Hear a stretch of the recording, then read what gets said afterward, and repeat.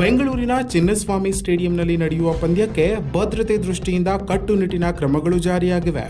ವೀಕ್ಷಕರು ಕ್ರೀಡಾಂಗಣಕ್ಕೆ ಪ್ರವೇಶಿಸುವ ಗೇಟ್ಗಳಲ್ಲಿ ವಿಶೇಷ ನಿರ್ವಹಣೆ ಕೈಗೊಳ್ಳಲಾಗಿದೆ.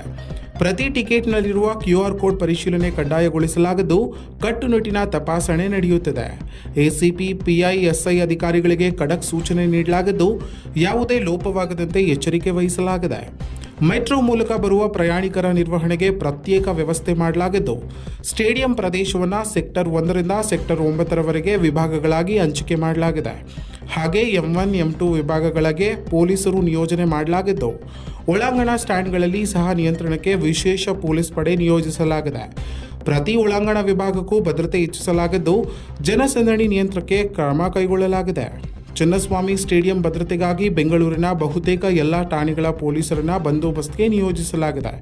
ಇದಕ್ಕೂ ಜೊತೆಗೆ NSG ಕಮಾಂಡೋಗಳನ್ನು ಭದ್ರತೆಗೆ ನಿಯೋಜಿಸಲಾಗಿದೆ. ಒಟ್ಟಾರೆ ಪಂದ್ಯಾವಳಿಯನ್ನು ಯಾವುದೇ ಅಡ್ಡಿ ಅಡಚಣೆ ಇಲ್ಲದೆ ಸುರಕ್ಷಿತವಾಗಿ ನಡೆಸಲು ಬಿಗಿ ಭದ್ರತಾ ವಲಯ ನಿರ್ಮಿಸಲಾಗಿದೆ.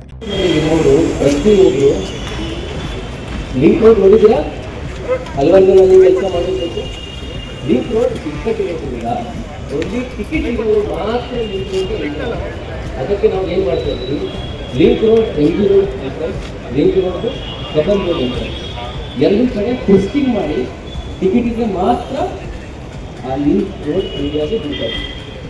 Total link road will around 11,000 people. ಎಷ್ಟು ಹಾಕಂದ್ರೆ 11,000 ಜನ ಲಿಂಕ್ ರೋಡ್ ಇದ್ದಾರೆ. ಅದರಲ್ಲಿ 6,000 ಮೆಂಬರ್ಸು, ಜಸ್ಟ್ 5,500 ಟಿಕೆಟ್. ಅರ್ಥ ಆಯ್ತಾ? ಸೊ ಅಲ್ಲಿ ಕ್ಯೂ ಮಾಡಿಕೊಂಡು ಟೆಸ್ಟಿಂಗ್ ಮಾಡಿ ಅಲ್ಲಿ ಸಾಫ್ಟ್ ಹಾಕಬೇಕು. ಸಾಫ್ಟ್ ಅಂದರೆ ಟಿಕೆಟ್ ಆ ಡೇಟಿಗೆ ಫಿಕ್ಸ್ ಮಾಡಿ ಟೆಸ್ಟಿಂಗ್ ಮಾಡಿ ಒಳಗೆ